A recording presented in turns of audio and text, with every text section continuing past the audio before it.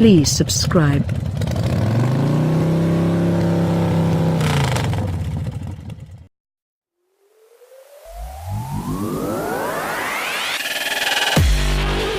The GTC4Lusso is essentially an evolution of Ferrari's now retired FF. It has 2 doors, 4 seats, and a shooting brake rear end that puts it slightly at odds with the rest of Ferrari's exotic portfolio. We found this 4-seater to be aggressive and highly capable on the road.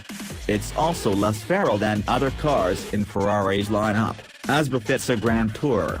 The 2 bucket-like rear seats are surprisingly comfortable, and they fold flat to significantly increase the size of the useful cargo area. Steering wheel-mounted turn signal controls, huge column-mounted paddle shifters, and a dashboard with more cow byproduct than a McDonald's supply truck all place the Lusso firmly in the Ferrari family tree, as does the exotic howling of its engines.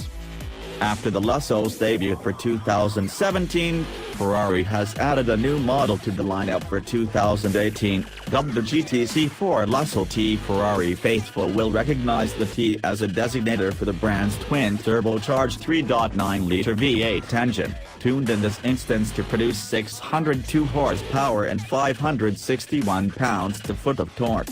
The Lusso T also uses a lighter and simpler rear-wheel drive setup in place of the all-wheel drive in the V12 model that we drove for this review. Ferrari claims that this new model will trail the original by only a tenth of a second or so to 60 miles per hour, and the V8 actually produces 47 pounds-to-foot more torque than the V12, but it has 78 less horsepower. It's also around 40 grand less expensive. The prudent buyer would choose the V8-powered Lusso T, but prudence does not often impel people to visit a Ferrari store. First of all, it's a Ferrari. A 10-second video walk-around of our V12 loaner car quickly became this author's most successful Snapchat ever. It elicited immediate positive responses from, among others, members of the car and driver staff, who had all seen it in the parking lot moments earlier, and erstwhile and otherwise recalcitrant romantic interest, and a friend who once, unprompted, declared a base Toyota Corolla really nice. From the exterior styling and the leather-lined interior to the Ferrari red key fob, there's no mistaking the GTC4Lusso for something ordinary. And that's all without hearing its engine. As the naturally aspirated 6.3-liter V12 approaches its virtuosic 8,200 revolution per minute redline, it produces an evocative wail unlike almost anything else on the road. The extreme quickness and sustained power that accompany the Lusso's aria could make anyone giddy. Even this supposedly tame Ferrari can dispense with street-legal speeds in fleeting seconds under full-power acceleration. Then it's up to the driver to perform some quick risk-reward calculations, or seek a closed course on which to explore the deeper reaches of the GTC4Lusso's performance envelope.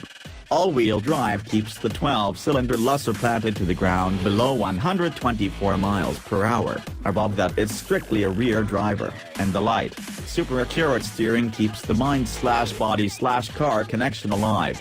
Did we mention that we fit 4 carry-on bags behind the rear seats? Our list of dislikes is short and bends toward nitpicking.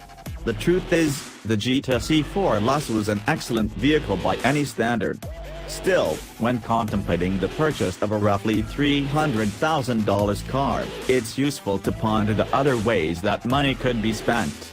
Do-getters may be interested to know that a GTC4Lusso could pay for 150,000 marionettes, while the hedonistic could have 169 wheels, 80 pounds each, of the finest Parmigiano-Reggiano cheese shipped. There also are a few mechanical imperfections. The dual-clutch transaxle sometimes stumbles at low speeds, and we wish the steering felt weightier.